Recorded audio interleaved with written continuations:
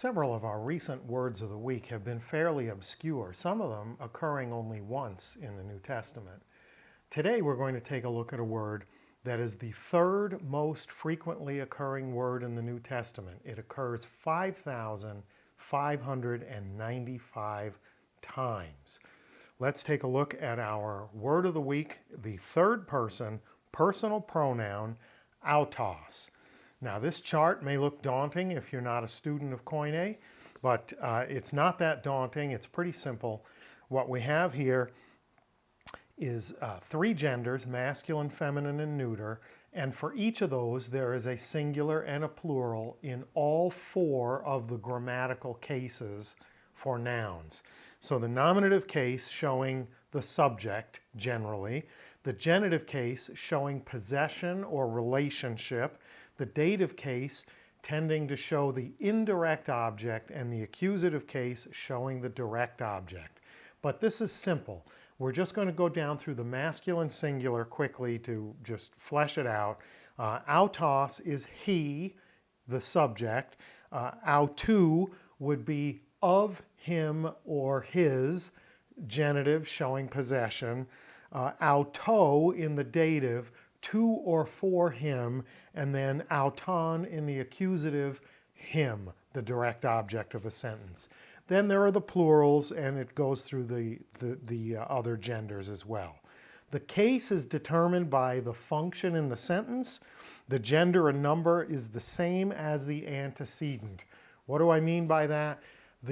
Whatever the subject is, whatever the noun or substantive that's being represented by this pronoun, it will share that. So if, let's say, the subject is Jesus, and we're talking about his disciples, we would use autou, the genitive masculine singular form of autos, his disciples. See what I mean? So not a big deal, not that complicated. This word gets used three primary ways. The most basic is simply as a personal pronoun, which we've talked about here. And then it gets used in two other very significant ways. But before we get to those, let's see it as a personal pronoun. You have to go all the way to the second verse of the New Testament for the first occurrence of our word of the week, autos. So this is Matthew chapter 1, verse 2 from the ESV with the Koine supplied. Abraham was the father of Isaac, and Isaac the father of Jacob, and Jacob the father of Judah and his brothers.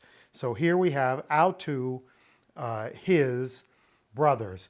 His referring back to Judah. Judah is the subject, the personal pronoun in the genitive case for Judah, autou, of him, the brothers of him, his brothers. But the interesting uses of our word of the week, the stuff that really makes it worthwhile for being the word of the week, is in these two other uses. Let's take a look. As an adjectival intensifier, autos used to intensify a noun in the predicate position. So usually coming before the subject, it gets translated like a reflexive pronoun. Himself, herself, itself. The truth itself. Not just the truth, but the truth itself, right? Something that intensifies, that emphasizes the noun being modified. The other way is as an identical adjective. This gets used in the attributive position, usually between the article and the noun or the substantive, and it's translated the same. I don't mean it's translated the same way as the noun. We translate the pronoun autos as the same. The same man we saw walking down the road. Who was that guy who was in the store? That was the same man we saw walking down the road. So the pronoun is translated the same to show that it's the identical thing to the other thing. right? So let's look at some examples. We're going to start out with the intensifier. We're beginning in John chapter 4, verse 2. This is from the ESV, and I've put the Koine beneath. We'll look at the phrase in question. This is about Jesus and his disciples baptizing people in the river. Although Jesus himself did not baptize, but only his disciples. So let's look at that phrase in Koine. Jesus autos uk ebaptizen al hoi mathetai autou. So here we get the intensifier and a regular old third person personal pronoun in the phrase. So Jesus autos, Jesus himself, uk ebaptizen, was not baptizing. So ebaptizen is the imperfect active indicative third person singular of baptizo. He was baptizing. Imperfect tense, continual action in the past. And uk negates it. Jesus uk ebaptizen. Jesus was not baptizing. That's a sentence by itself, right? It has a subject, it has a noun. We can call it good.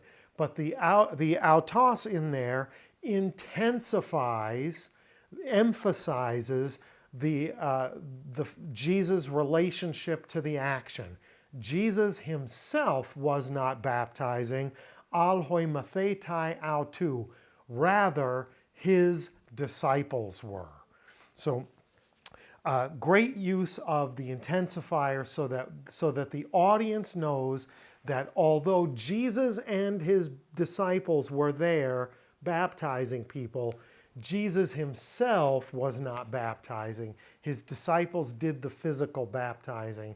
He just took care of the preaching and the leading people to the decision to be baptized. Let's carry on in John chapter 2, verse 24. This one is chock full of examples of our intensifier. There's at least 2, probably 3, plus a plain old third person personal pronoun. But Jesus, on his part, did not entrust himself to them because he knew all people. So there's a lot here. Let's take a look.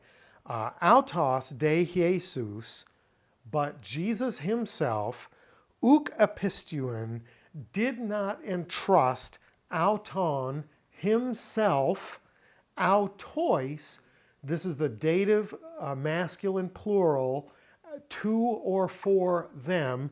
He did not, so Jesus himself did not entrust himself to them, dia to auton genoskein pantas, because he himself knew all people, all persons. So this is spectacular. Look at the 2 or 3 intensifiers. Jesus himself did not trust himself. To whom? To them. Why? Because he himself knew all people. This triple intensification differentiates Jesus from all other people. What the thing about Jesus that made him not entrust himself to the crowds was because he himself knew the nature of people, whereas the rest of us get surface impressions. We're pretty good at intuition in some cases and not in others. But for Jesus, the difference is he didn't entrust himself because he himself knew everything about people and knew that they were not trustworthy. Spectacular, fantastic stuff.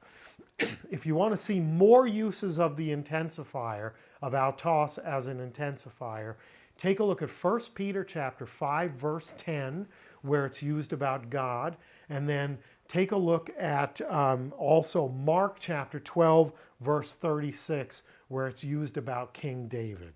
Terrific stuff. Now let's shift gears and let's look at a couple examples of autos, our word of the week, being used as an identical adjective. Here we go in Mark chapter 14, verse 39. And again, he went away and prayed, saying the same words. And the phrase saying the same words is ton auton logon apon. So apon is a participle for saying or speaking, right? So he speaking ton auton logon, the same thing. What's the thing? It's the prayer that he had said earlier. This is in the Garden of Gethsemane. Jesus had been praying, then he has an interaction with his disciples, and he went away by himself again and prayed. And what prayer did he pray? He prayed ton auton logon, the same thing, the same prayer that he had prayed previously is what he was praying. So notice that the autos here in the accusative case, ton auton logon, is in the attributive position, the word or the thing. What thing? The same thing. Between the article and the noun in the attributive position. Let's go on and take a look at another one that's full of our identical adjective. This is 1 Corinthians 12 verses 4 through 6. Again from the ESV with the Koine supplied. Now there are varieties of gifts, but the same Spirit. To de auto pneuma. So here we have again in the attributive position, to auto pneuma, the same Spirit. Moving on, and there are varieties of service, but the same Lord, ho autos kurios, the same Lord. And there are varieties of activities, but it is the same God, ho de autos theos, who empowers them all in everyone. So there we have the triune formula, the Spirit, the Lord, the Son, and God the Father, right? All three using this identical adjective, the same Spirit, the same Lord, the same God. If you want to see more examples of the identical adjective, stay right here in chapter 12 of 1 Corinthians, and you'll see another one in verse 8, then again in verse 9, and again in verse 11. And to see another great example, go to James chapter 3, verse 10, where it says, the same mouth speaks blessings and curses, and it shouldn't be this way. The same mouth. So, our word of the week this week, autos. It's the third person personal pronoun in all of its many forms, 24 possible declinations. It's the third most used word in the New Testament, 5,595 occurrences. Most of the time, it's simply the personal pronoun. But sometimes, very interestingly, it's the adjectival intensifier. It intensifies the noun or the substantive it's modifying. Himself, herself, itself, themselves, their selves, right? It's all those things intensifying, emphasizing the thing that's being referred to, or as an identical adjective where we're talking about the same thing, the same man, those same people, etc., right? Fantastic word, simple. You would think you could overlook it because of its prevalence. It's just a pronoun, and nowadays we all know pronouns are all the rage, right? So here you have the third person personal pronoun, autos, and its many, many impactful verses that are worthy of our consideration. It's why it's worth looking at it as the word of the week, and for its own purposes, this same word is worthy of our consideration. Thanks for watching. I hope that was good for you. You know what to do if it was. Give me some feedback in the comments, and until we see each other again, Karis Kai Arene Humin, grace and peace to you.